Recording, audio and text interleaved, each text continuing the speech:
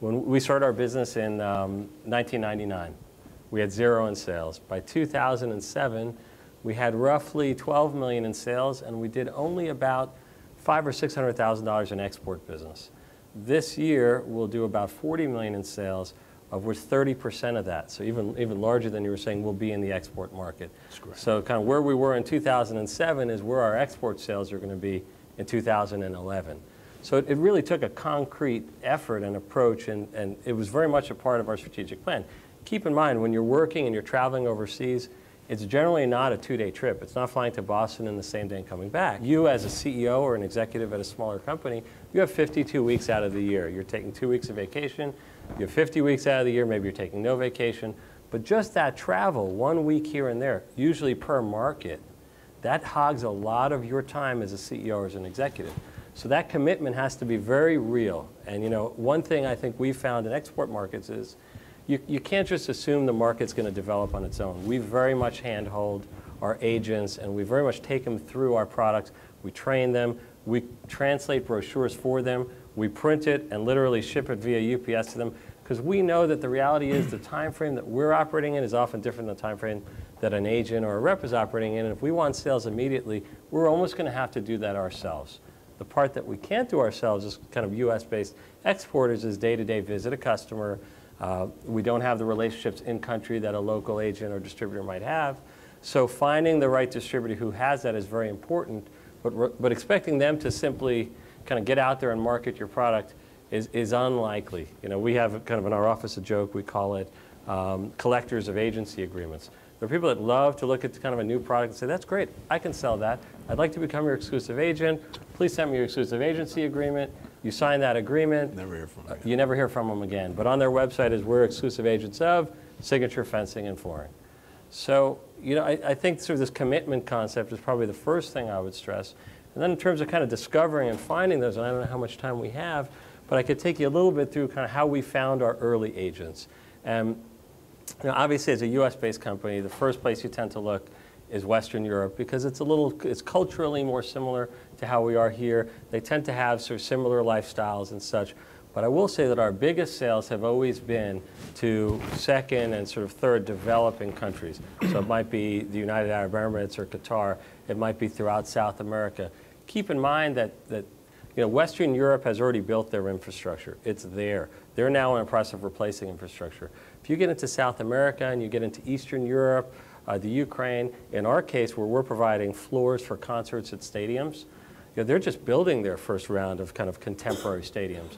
So judging a market simply based on the fact that it's similar to us here, depending on your product, may not always be the best strategy. There may be more opportunity in a developing market that has yet to even experience a product like yours. You know, they're just now doing concerts in Argentina, Chile, Brazil. Not to say they haven't had concerts, but concerts the way we do it here on a grand scale. So you know, just Western Europe is kind of a good, easy start, right? Because there's that cultural connection. And then as you start looking farther afield, what's helped us very much is, you know, we're members of various industry associations. I'm sure whatever company that you have founded, started, or running, there are industries that you're operating in, whether it's high tech or it's apparel. And generally, in most sort of developing or established countries, they have an industry association. It's a great place to look for potential agents and dealers. And we'll piggyback on some of those agencies. So, you know, the internet's a wonderful thing. You know, we can now go on the internet and travel to 300 countries in 2 hours without actually getting on a plane. But the reality is, ultimately, when the time comes to build that relationship, in most international markets, we found you have to get on that plane. Without having that face-to-face, certainly countries like Japan, South America, I mean, be prepared to drink lots of coffee. Be prepared to sit for hours over lunch, because they want to know about your family, and they want to know about kind of where you came from, and they want to get to know you as a person. Whereas in the US, I think we're very quick to say, you know, great, what's the price, and when can you ship it? It's not like that in most export markets, and I'd say that it's something to keep in mind from a cultural perspective. You know, don't overschedule your appointments. You know, we used to go in and schedule, you know, morning, afternoon, evening, and dinner, and try and meet sort of 4 potential distributors. And we found out that morning turned into lunch, and lunch turned into dinner, and the trip turned into sort of 3 more days than we expected. And that's kind of just life overseas. You know, expect to sit and wait for people. People are not always on time. You know, here we sort of have a thing about being very punctual. Brazil, so, yeah. You know, Brazil, I mean, yeah. we sit for hours. We were in India, good example. We did work on the Commonwealth Games in India. Apart from being the most challenging sort of negotiation process we've ever had, you know, every time we'd show up for an appointment, they would say, oh, was it today? I'm sorry, can you come back at 6 o'clock? And it's 6 hours later. Then you'd get into a discussion, you'd have a negotiation, you'd come to a conclusion, you'd plan to meet the next morning, it'd be starting at point A again because the discussion started again on another round of negotiations. So people negotiate differently in different countries, and you have to be prepared for that as well. And there is a country, if we hadn't gotten on a plane and gone to India, we would have never gotten that project. It just would have never happened. So, just the only kind of tips I could give, and I understand that some of you have done some exporting. A lot of exporting is, there's a huge world out there, and the U.S. is, we've got 360 million people here. There's a world of billions of people here, out, all using the internet now, all potentially wanting the products that you sell. And we look at the export markets as an even bigger market than the U.S. market. So we'll segment our markets sort of by division in the United States, but we'll also go internationally and do the same thing.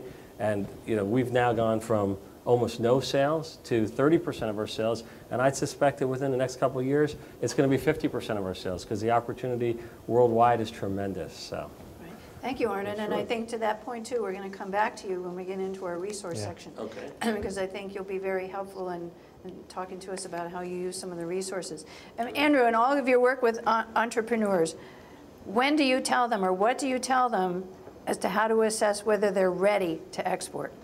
Well, I'm not a very good cheerleader. I don't look good in a short skirt, and so I tend to be non-rose-colored glasses. I'm speaking at 250 on developing a global market strategy, which is so important, as Ryan said, to have a game plan, to have a business plan around your international. So what I'd like to do first is just reinforce 3 areas that Ryan and Arnon talked about, and those would be, time, resources, and commitment. The entrepreneurs or mid-sized companies have come into my office and talked about crafting a global strategy and have no feel for what impact it will have on them, either business-wise or personally. I mean, you look around the room and I ask, how many of you coach Little League? How many of you have commitments at home? How many of you could actually be away for 3 weeks of travel without your spouse killing you when you get back, particularly if you have little kids? These are real human variables of being international. The theme of this conference being around face-to-face, the importance of FaceTime, the points that Arnon raised culturally. We're so used to coming to a conference like this. We talk to someone for 5 minutes at a event. We exchange business cards, we exchange LinkedIn and Facebook contacts, and we're best friends. We're automatically already ready to do business. In so many cultures around the world, as Arnon reinforced, it's the exact opposite. I mean, you have to invest real time. And I made the same mistakes, and clients have made the same mistakes in overbooking meetings. When I come up to New York, except on a day like today from DC, I've got an 8 o'clock, a 9:15, an 11 o'clock, a 12:30, and the only thing that can get in my way is weather, or normal delays. I don't factor in that I'm going to have to spend 20 minutes with each person talking about my family. We tend to get right to the heart of the business matter. It's the complete opposite in other places.